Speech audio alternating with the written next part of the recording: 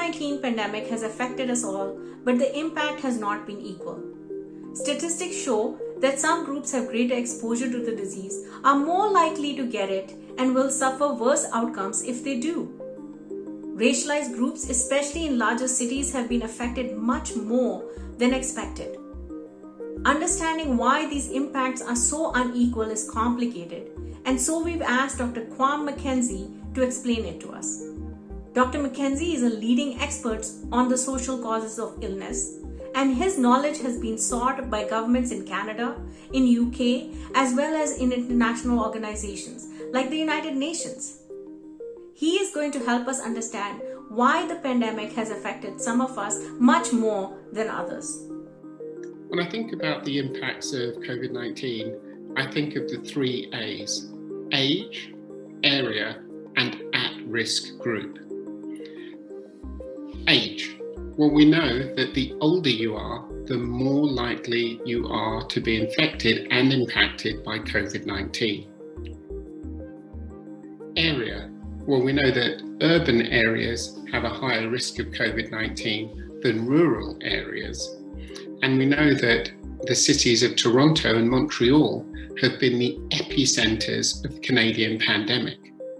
But inside those cities, there are some areas where the rates of COVID are 10 times the rates of other places. So area is really important. And then lastly, at-risk groups. Well, we know that the majority of people who've died from COVID-19 have been in long-term care.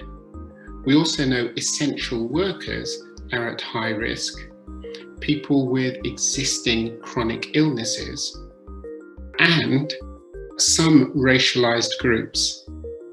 And that's been shown in a number of studies. Many factors have an influence on a person's health. They can include individual factors like age, sex, and genetic makeup. And they can also include lifestyle choices like smoking, exercise, alcohol use, and diet.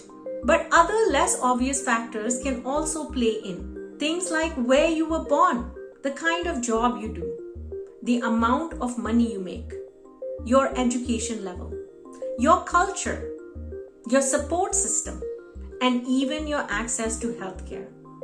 These are social determinants of health. The interactions of these factors with your health and well-being are complex. For example, Canadians with higher incomes are often healthier and live longer than those with lower incomes.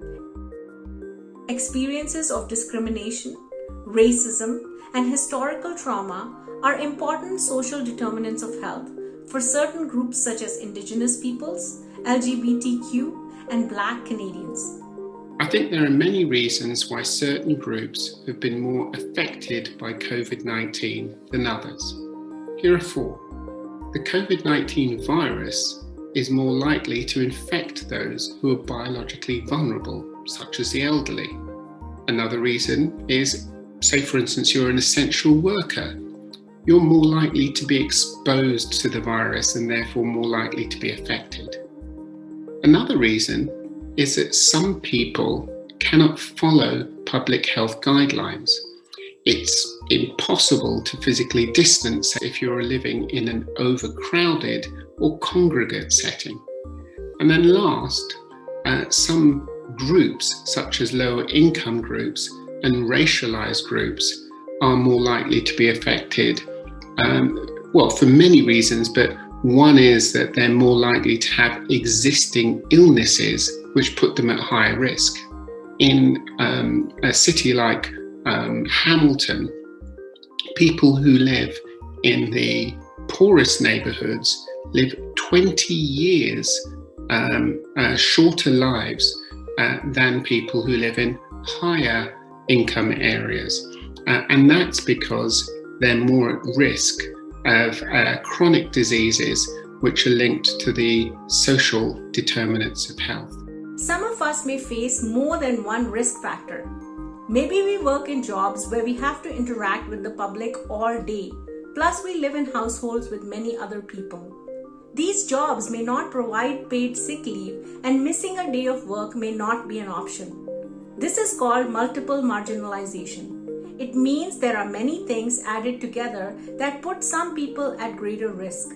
These risks often arise due to what we call systemic inequalities. By systemic, we mean that they come from the way that society operates. The pandemic has uncovered inequalities that are built into Canadian society and called attention to the unfair treatment of racialized groups. Our rules, our laws, our policies are common practices when they favor one group over others, and when they are good for some but not all, it results in systemic racism. This situation isn't unique to the pandemic, in my mind. We know that there are systemic inequalities in health that have been there for a long time. What's happened is that the pandemic has come along and it's exacerbated them. Part of the reason for that is what viruses do. They try to get into society through our weakest points. So this virus has got into society and multiplied most quickly in the elderly, in low income, and in racialized groups because of multiple marginalization. And so I think that's one of the reasons why we've got differences in risk. What we have learned during this pandemic is that systemic racism hurts people. People who don't understand the causes of health inequities may spread misinformation, and when that's done to cause harm, that's disinformation. Understand what's really behind the differences in how we are affected by the pandemic. Together, we can stop the spread of disinformation. Check out the other videos in this series to learn more about the dangers of disinformation.